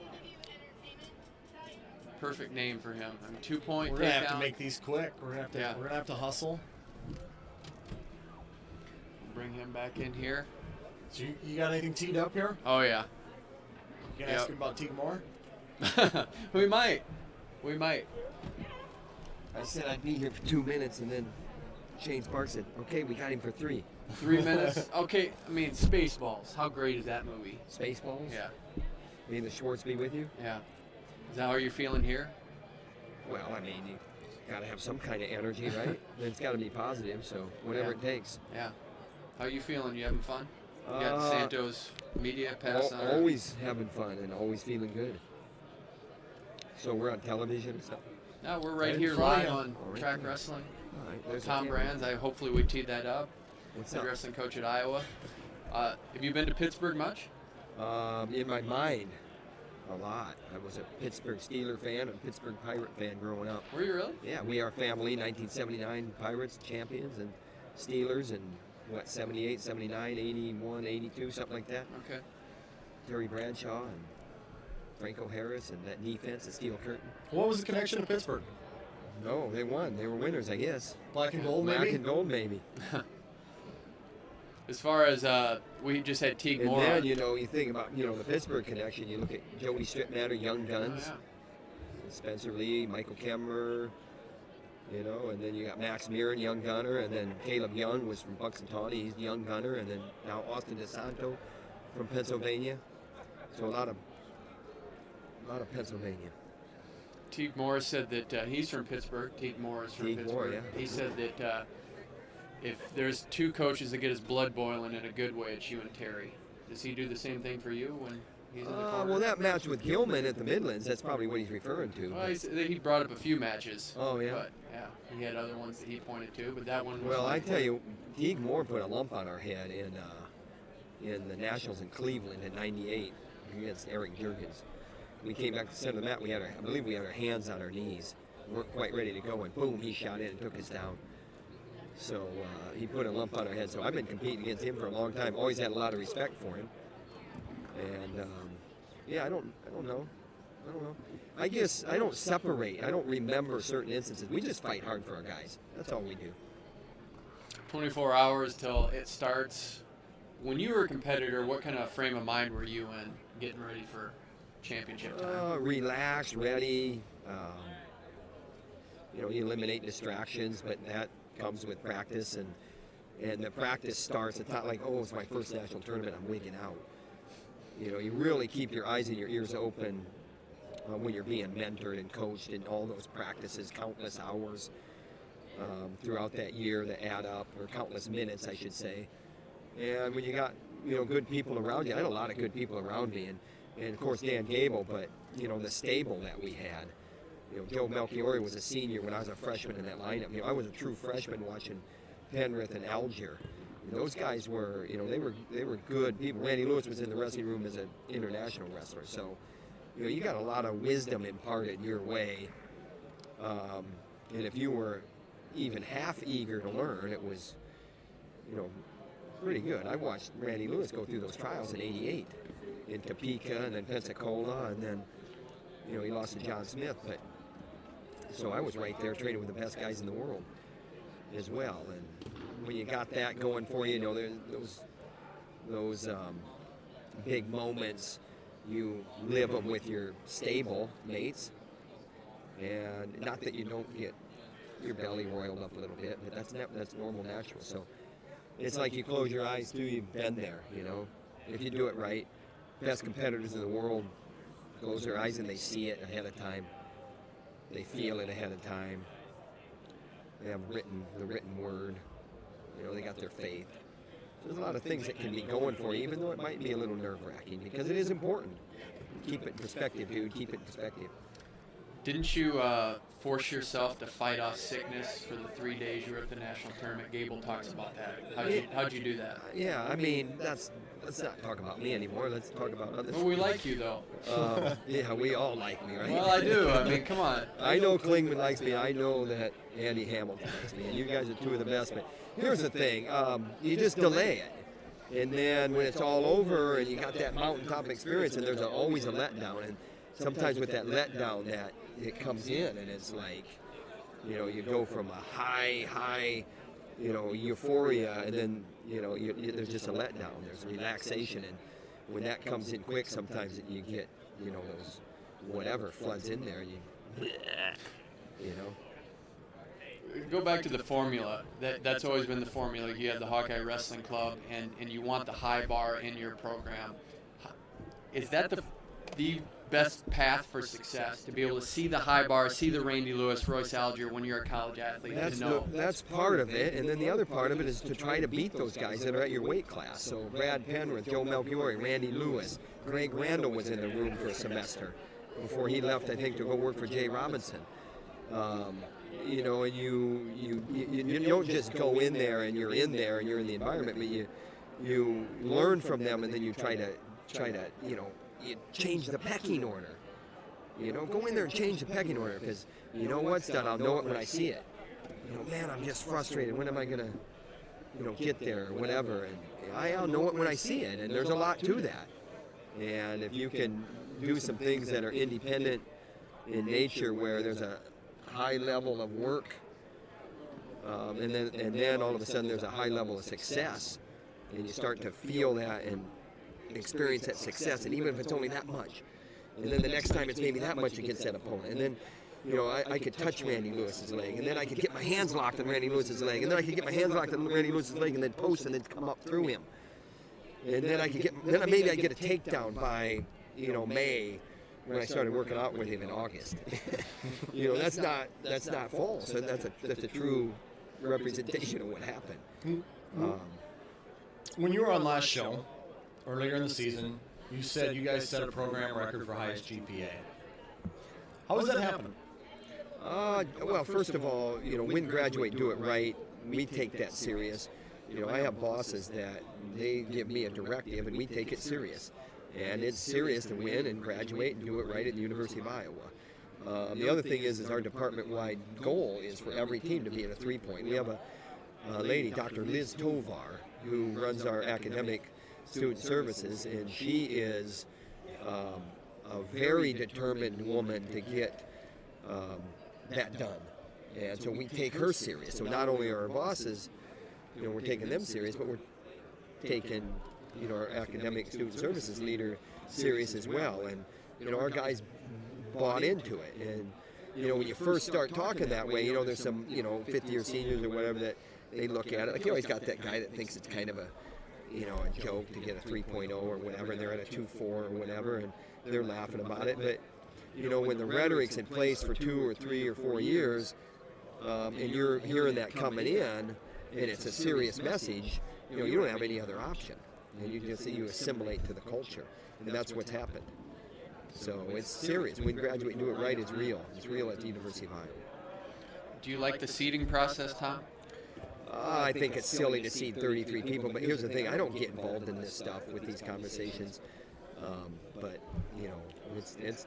I mean, hey, it's good with me. Whatever.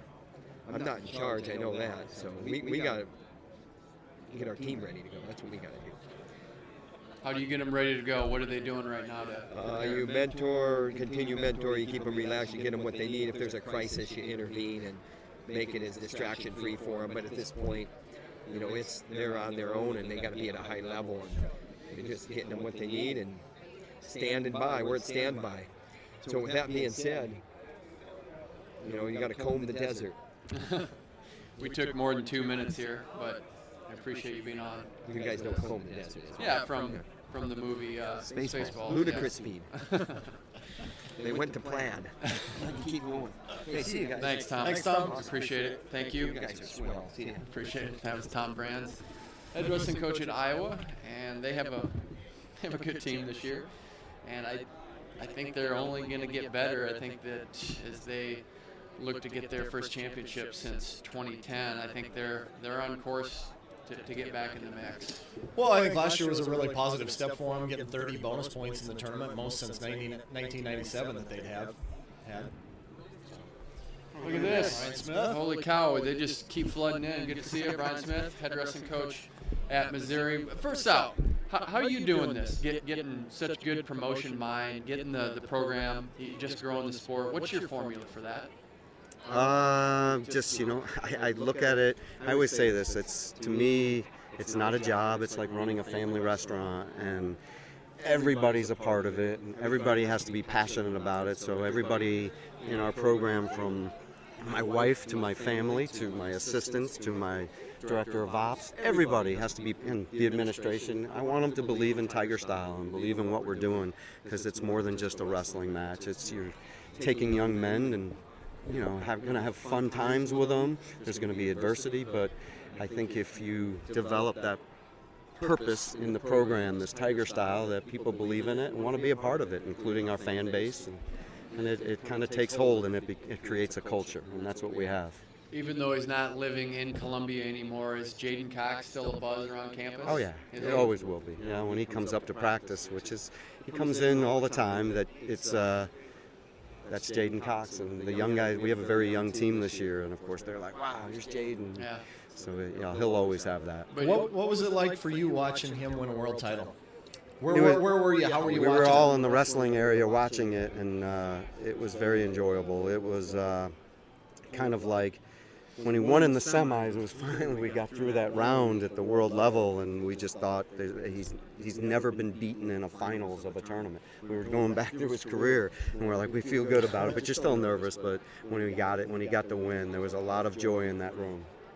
Remember back to when he was, I think he was a freshman, and you took him out and you did your Hoosiers deal where you took him to the race stage, and he was a kid in the candy store, and Yes. he was just soaking it in. I don't see that he's changed much since that guy. No, he really is passionate about wrestling and loves it and enjoys it. And when people always say, why are these people special? And when you look at somebody like an Askren, they're just very passionate about what they do, and if you have that, you're going to be successful.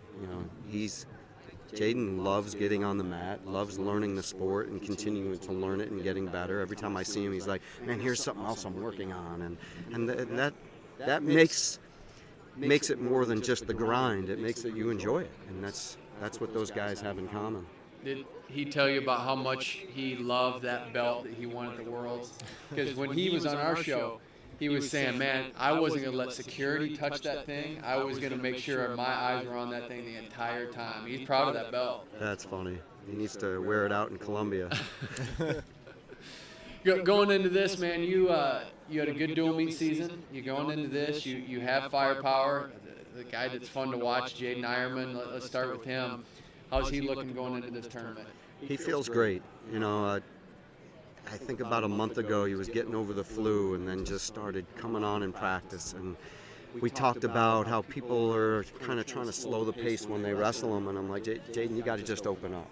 You got to open up. And if you've watched him in the last 3 or 4 weeks, especially at the conference and the couple matches before that with, at Iowa State and Oklahoma State, he just opening it up and pushing the pace, and next thing you know, he's got people on their back and he's pinning them, and I think that's the recipe for success for him. He's got to create more scrambles because people don't want to be in scrambles with him. So he's feeling it right now and feeling really confident, which Jaden loves the big stage. Can you compare and contrast him and Askren and their levels of danger and scrambling and things of that nature? Yeah, they're both very dangerous. I think Ben was when you think of how dangerous Ben was, he averaged like 30 pins, it was like 25 pins a year, which is off the charts because Jaden's at about 12 or 13, maybe 14 pins right now. But where Jaden, you cannot, if you get in on his legs, I always say, why are people shooting? But you shoot on his legs, you're in big danger, and you see it happen constantly in the practice room. He never is out of a position he can't win.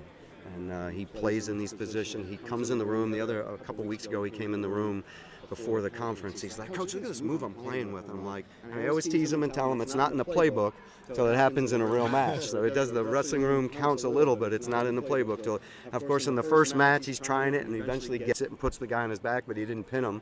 Tries it again. Next thing you know, he doesn't pin the guy. And he's like, oh man, I kept trying that move and I forgot to pin the guy. And so but he has a lot of fun with the sport, but probably Ben was a little more successful with pinning, but Jaden's not that far off. When you look at he's in his junior year and he's getting up to that level, starting to close in on 20 pins, that he's getting there. He's he's matured. And I just think he's a lot calmer at the national tournament now. He's a lot calmer going out in matches, and he just has so much confidence in himself when he steps out there. He's going to get you. How does Daniel Lewis make a cradle look just like a regular shot for anyone else? And this guy is off the charts what he can do, and slap a cradle on someone that's good, not only good but great, and just make it look easy. He's been doing it since he was a little kid. I remember watching him in the youth league, and then in 9th grade, he was actually at the same weight as my son and Ernesty, and all of them were 106 pounders. Crazy to think, but he would cradle everybody. And so it's just been his move, and he jokes around about it that he has 8 moves he knows, and that's like his top one. But when you laugh about that, you kind of step back and you think about it. That's what makes him successful, that he's perfected it, that it works on everybody.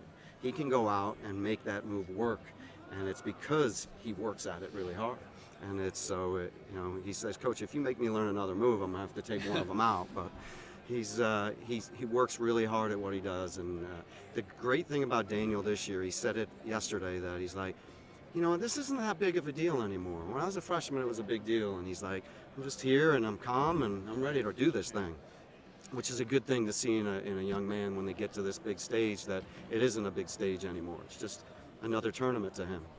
How much as a team do you work on that riding, but the inside wrist control? I mean, that really seems to be your We work a lot on it. We have some guys that ride legs pretty hard, but we do work a lot of forward pressure. We do work on, it's a mindset that we're going to make it where we're never going to cut people unless we're telling the guys to cut them. They're going to have to work to get out. And I think it's one of the best positions to wear a guy down. You can wear people out on their feet, but when you're on top of a guy and you're pressuring and getting a wrist and making them work and then hopping sides and getting cross wrist and cross triceps, and it really makes a guy work. And even when they get to their feet, we work really hard at it. If you came to our practice, you would see that there's a good portion of our practices that not only the mindset, but the actual technique part is going into top work, that we believe in it. It's part of our process that we believe in, that we are good on top. Brock Mahler comes in 29-2, and he wasn't even supposed to be your starter. Grant Leaf was supposed to be your guy there. Has that been a surprise, what he's done this season? It's not a surprise. We knew he was good. After his sophomore year, he was at camp. and was wrestling with a guy named Levon Mays after one of the camp practices they were rolling around, and he took him down a couple times. And I'm like, this kid's pretty good for a young kid. And we had known him, but we're like, we're gonna have to recruit this kid, and we did. And he committed early to us. And when he got in the room, he's special. You see kids that just have a real feel. He doesn't even know half the time what he's doing, but he has that feel. And he's got some unique things where he can, at first he was struggling on bottom, but then when he put his mindset to it, he wasn't struggling on bottom.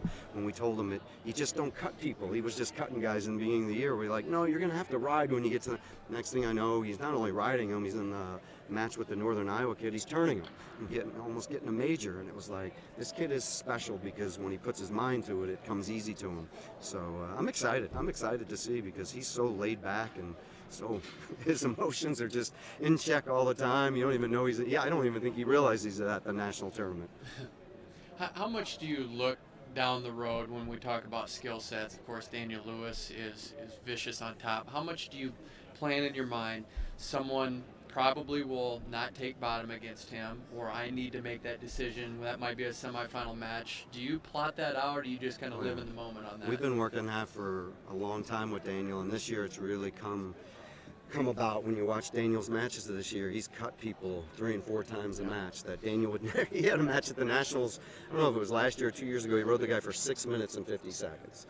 And I'm like, Daniel, that's good that you can ride a guy for 650, but how about cutting him once in a while and getting some more points? I said, you won by 8.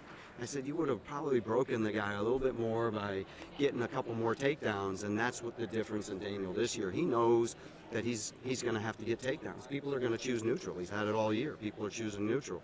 And so he's worked at his neutral position and is doing a great job with it. I'm going to go out on a limb and say as long as we're wrestling 7-minute matches, nobody's ever going to break that record. Nobody's ever going to have more than 650 riding time. It's going to be a tough one to break because he got the takedown, and somehow I think they chose down in the second period, which I was shocked. In the match, I think is what happened. Then when we were third period, he looked over and wanted to pick top, and I did. I probably should have made him go neutral or something. But it was an interesting. 650's got to be up there. Sitting here, you're calm, we're having a great conversation. Do you know in your mind there might be a chance that you're going to get mad at a call? I think you get upset with calls and you can be mad, but I don't hold, there's tough calls, and that's part of the sport. That I used to get very emotional about it and lose my mind and go crazy, but I also know I have 3 days to be coaching here, and how I respond to things is how my team's going to respond to things. And I've learned that keeping my emotions in check, and even when there's great things, I get excited. But we got 3 long days to go, and those 3 long days that it's a roller coaster. And if I can control my emotions, my team controls it, that we know as the longer the tournament goes, the stronger we're going to be. And that's just a motto we live by as a program, that the longer it goes, the stronger Tiger Style gets. What do you feel like Sunday morning? Completely exhausted, and my wife even knows it, that I'm like checked out for a couple days, that it's just, you have this like emotional letdown. It's not like a letdown, it's just you can now, because you have to be up for your guys. When I say, you have to be emotional in check, but you have to be up and you have to show positive, and everything's got to be, organized. I'm a very detailed person, so my staff knows that when the food is there and when we're arriving, how we're getting there, where we're gonna sit, who's shuttling guys back and forth. Everything has to be, so the athletes just show up here and wrestle, but I then can let it go, and you emotionally, it's a very, you crash is what it is, and when you crash down, you're tired. I'm exhausted for a couple days, so I know on Monday I'm checking out, and I take my wife and we're going to Key West, where we went 25 years ago when we got married, and she's gonna get some time with Brian. Not the coach anymore, it'll be her husband. Rob Cole's a guy that credits you. I think it's vice versa. I think you were you were in his wedding, he was in yours. I can't remember how that He was in my wedding. He was in your wedding. Yep.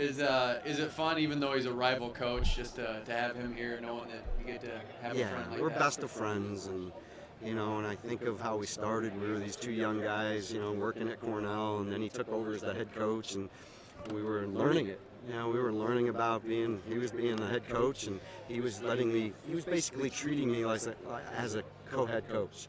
And when I was going through the interview process, how helpful he was to me, that friendship, that what he helped me do during that time, well, I'll never forget. He's a true friend, and we, of course, a few years ago, we got together in Ithaca in the freezing cold and go, why the heck don't we start something back in Florida again like we did those years when we were working at Cornell and together, and we did, and now the South Beach duels have blown up and they're doing amazing. So it's I heard some other big schools that are talking about going down. It's going to probably become one of the biggest tournaments ever. That it's exciting to see that we had a little impact on it, but now it's running away and it's great. So, but I enjoy him. What's that like when you're in the corner against him? Does it feel different? Then it becomes, hey, I want to beat him, and we know that. It's very competitive, but right afterwards, right after a match, we could be in the tunnel and we could be talking about us, whatever, what's going on. All these guys are driving us crazy. We can talk about it as best of friends. Does Jack Spates get underrated, underappreciated for what he was able to do? Jack was an amazing coach, amazing recruiter, amazing fundraiser. I learned a lot of things about how important the whole spectrum of being a coach is from Jack Spates. That 1 year I had with him, he actually recruited me out of high school, so I got recruited by him, so I learned that I'm always learning. But Jack, even like I remember going for a ride with Jack on his last year, we were competing down at Oklahoma, and it was last year, so I'm like, all right, it's your last year now, and I'm picking your brain. I got these questions for you. I had like 10 questions for him. And we just sat there and talked. And he's still, for me, every time I go and we don't wrestle Oklahoma anymore, I have questions for him. And I pick his brain and I want to learn from him, because there are some people that are very, very, advanced in our sport and coaching, and he was definitely one of them. And I still think of him that way. We just had a conversation with Adam Tirapelli in our last show, and he's just said that the NCAA Championship tournament has reached its capacity, and that it's just going to sell out when you have an arena like this. Yeah. He's saying it's the dual meets that matter, and you are on that train. Yeah. How do we get that? I mean, and it's coming. You see even on TV, there's more dual meets that matter, higher attendance. We set an attendance record this year, like 5,000 for the Okie State duels. How do we keep that train rolling and still and get to the point where there's some meaning behind it? Are we close? We had a format set up, and I know people are scared by it, that it would take away from this, but nothing's ever going to take away from this. That I wish at one point the coaches would just come to their senses and just say, let's try it. Let's try it for 3 years. If it fails, it can't fail. It won't fail. It can only succeed because the sport is loved by that. If you made it a part of it, we showed Excel spreadsheets how it wouldn't have changed the outcome of who was winning the national tournament. That why wouldn't we try it? That advance the sport and start making it where I know when people watched our Oklahoma State duel, when we beat Iowa years ago in the national duel finals, I got more comments on that than I do for this tournament. So you're talking a hybrid model where you get points from the duels that add into this? Yeah, it's easy. They had it. It would have worked. It's NASCAR does it where you take points, and the NHL has expanded the playoffs. Major League Baseball has expanded playoffs. Why would we want to keep it to just one weekend we have our crown jewel? Why not make it multiple weekends? And it's just, to me, it just makes sense that we need to move forward. And I do think it'll happen. I just hope it's in my time. I'm on, next year will be, my 29th or 30th year of coaching, that I want to see it happen, because I do think the duels bring about a passion from a fan base that wouldn't be at this tournament. It brings, you see bands and cheerleaders at the dual meets, and, that fan base that's that football and basketball that want to come out and check out a duel but wouldn't come sit through 3 days of this tournament. Are coaches scared? Is that what just scared of change? I don't know. I'm not. I'm not afraid of change. I think change is good. Obviously it has to be looked at, but I think if we could make the change, I wish that the coaches weren't in charge of it, because I think the coaches bring too much emotion and worry about things, and bring more of a personal what their program's at, and look at that, where I think for the good of the sport, it would be good if somebody would just jump in and say, we need to make this happen. Because you listen to football all the time. The bowl games are great. We don't need a playoff. Now they have a playoff. Now we should expand it. And they don't let the coaches decide that. They can talk about it, but they don't have the final say in that. Andy and I have pushed for this. What do you think about cumulative scoring for dual meets? You thought about that at all? So if you win by a point, you get a point. It's interesting. It's interesting. It might open up the matches where you have even more. That guys get attacking even more. Yeah. we should do some test duels or have a tournament where we could test it. Yeah. Adam Turpelli last week, his theory is, we talked about this on the show with him. His idea is you use the first month, you use November to put in experimental rules, and none of the data counts towards qualifying. Where you just have a month where you can really play around with. Yeah. You know, We used to do it at the All-Star. Remember at the All-Star meet, we did some test runs, and we liked some of the rules, and we didn't like some of them. That's the way to do it. I think he's saying the data is just one duel, so you need a little bit Yeah. bigger. Oh, you do need that would be interesting. The only problem with that, of course, then people might not schedule tougher competition during that time because I'm not sure about these rules. I don't want to wrestle. I don't want to wrestle Okie State during this month just because it's going to be the different type rules, and I don't know if it's going to. I don't want to cause it to affect our seeding at the end of the year. But we're such a strange sport in that way that every other sport has a model that really does make sense, and yet we have you wrestle dual meets all year. It doesn't count for anything other than the individual matches, but for the most part, that dual meet and now the national duels are gone. It's like, what are we doing it for? It's strange. It's frustrating to me. Oh, I say it all the time that my administration loves the dual meets, and we have mat side seating now where they can.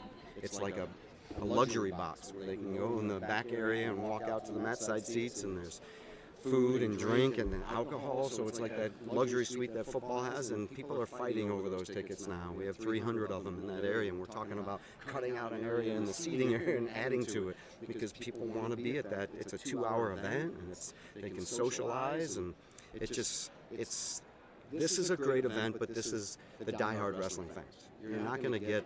You'll get a few people to come watch it for maybe the finals, but it's only the same people are here for 30 years when they do the stand-up, and it's a lot of people standing up for here 5, 10 years, 15 years, and it's to grow our sport. I think the dual meet, when I watch softball and when I watch baseball, the playoffs in college, it's going for weeks.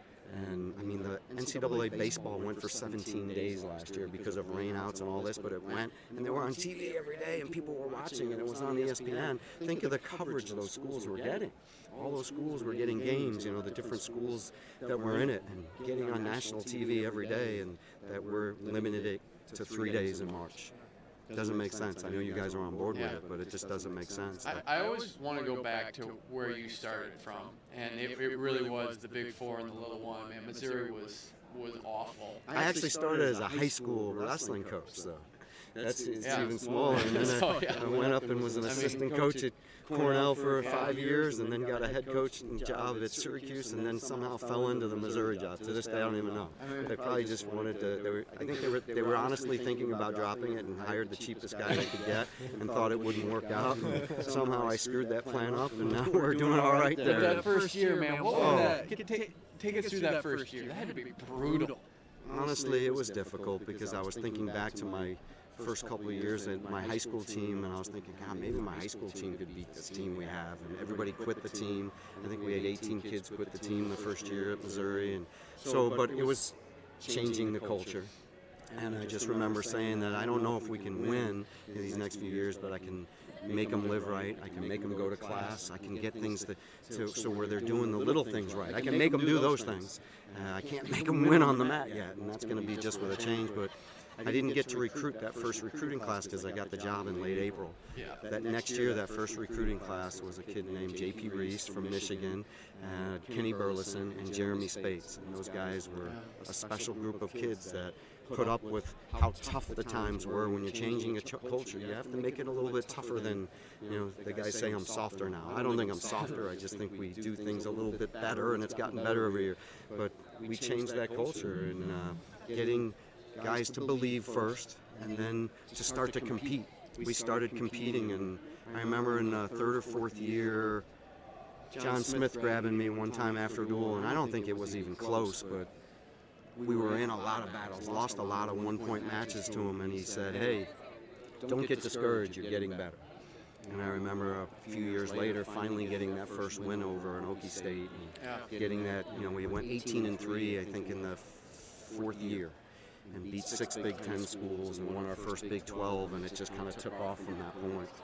So it was difficult, though. Yeah, well, and are you getting to be known as a mixed martial arts school? Yeah, we are. I mean, And I don't know one thing. I don't know one thing about it. I watch the fights and I'm like, oh man, I have a hard time watching those guys because I care about them. And then watching some of those fights, it's hard to watch when they're getting hit in the head and kicked in the head. But they are very good at it. I know when they stop by in the room, they are really good at what they do. They work at it. You know, when I'm talking about Woodley and Michael Chandler and Ben Askren, they come in and they work at that trade. They're as hard as they worked at wrestling, now working at all the different chokeholds and different locks they get, and it's crazy. It's crazy how different the little jiu-jitsu holds. Yeah. Going back to those early years, what was your sales pitch like in recruiting? The vision. Yeah. We didn't have a facility. We didn't have a great program, so you're selling them on a vision and getting a Jeremy Spates to come and getting some of these guys to come and then getting Woodley to buy in and staying home. You're one of the better Missouri kids. Stay home and start to change that Missouri kids want to stay home. And that was an important thing. I remember sitting my staff down and saying, there's good kids in Missouri. We got to get them to, because Scott Schatzman and the Perlers and all those kids had left before I had gotten there and left the state. And I'm looking at it, they're kicking out good kids. We just got to kind of build a barrier and get one or two of them to start staying home. And it started with one or two, and next thing you know, now we've basically shut the door on the state and the kids stay home. Most of our lineup is Missouri kids. So that was an important thing, but getting kids to believe in a vision that here's what we're going to do. We're going to be that first group to win that duel. We haven't beaten Iowa State since 1927. We've never beaten Oklahoma State. Come here and we're going to be the first. And the big sale of the biggest first one of that was Ben Askren. Everybody was telling him why not to come, and I was telling him why you should come. And it was the same thing, the same pitch, but he liked my idea that I could be the first, and that was Ben's personality. And when we got Ben, a lot of people followed. So Special program right now, man. You're doing some great things, and here we are at the national tournament. I got to assume at some point we're going to be back in St. Louis again. I don't know. Couple years. Couple years. Yeah. Next year it's in Minneapolis, and then we go back to the home state. I think and then at some point Detroit too. That's the year after. The year after. Okay. Yep. And I'm going off the committee. So I spent 4 years on the committee, which was special. You learn a lot about, it's things that I think other things that coaches need. I was part of the NWCA and doing the president-elect and president time, working with Moyer and Pat, and those guys are special people. Yeah. And now I've spent 4 years with Anthony Holman and learning about seeding and running a national tournament that I wish more coaches would get involved in that. I've got to become really good friends with Tom Ryan now and working on this and how can we make improvements, because in that committee you can actually say we're going to do this. Like we said, let's get the alternate to the tournament and weigh in, and we got it done just like that. We don't have to go out to the coaches and ask what do you think. We can just do it. We got seeding to 33. I think that's an important thing. I remember when seeding was 12 and I had a lot of 13th ranked guys and they were drawing 1 guys in the first round, and it was difficult. Yeah. I think it's a true national tournament now, and for team trophies, and it's a fairer system. So Besides the dual thing, what are the next steps you'd like to see accomplished? I think the dual thing would be, I think it would be a big step in our sport, because of when you start, you've seen it, the crowds around the country, I think the drama it would bring, if we started having weekly matches maybe in the early week, or, basketball has big Mondays, and I think the sport of wrestling would start picking up things like that, and we'd have to adjust our schedules, but, football had to go to adjust where they play more night games and their Thursday, Friday, Saturday games, and I think it would be good for our sport. It would expand our sport onto the national level of, whether it's TV or, online, wherever it may be. I think we'd get a lot more coverage, and you'd start seeing more shows. Like we're sitting here doing this, you'd have more and more of that coming about because of it. You'd start to develop more fans, and with the fan bases, I think you'd grow it even more, where you start having more of that elite level guy getting noticed more, and getting, on those shows, you'd start bringing up more about Daniel Lewis's and the guys from Penn State, and the superstars of that sport would get known more. I think it would grow the sport. One of the not changes, but it just seems like it's a narrative that's different. You just look out here and there's kids playing a game out here with a ball. You didn't see that 5 years ago even.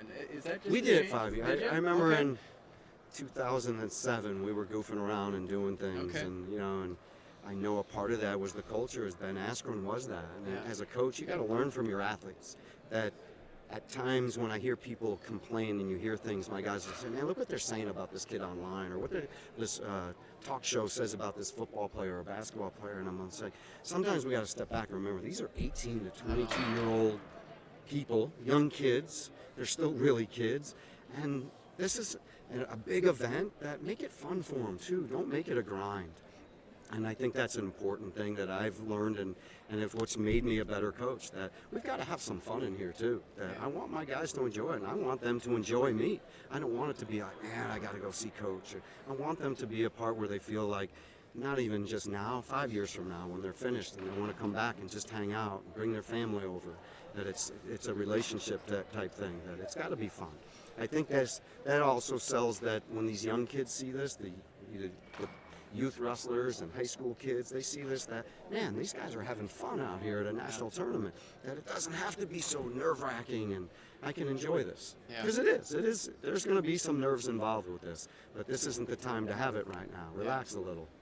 Brian, one of the great stories last year, Grant Leaf, the injuries he overcame in the past and stuck with it and becomes an All-American, and he encounters another one this year. How is he doing? He's doing great. He's going to start drilling when we get back. He'll start drilling in April, and so he's overcome another injury, which was a shoulder injury. So he's had knee, he's had neck, and now he's had shoulder. I've never seen a kid deal with more adversity like this kid, and he also got in a really bad car wreck last summer. That when I saw the pictures, I thought he might be dead. That's how bad it was. Like the car was completely crunched in, and I'm like, holy cow! He was rushed to the hospital.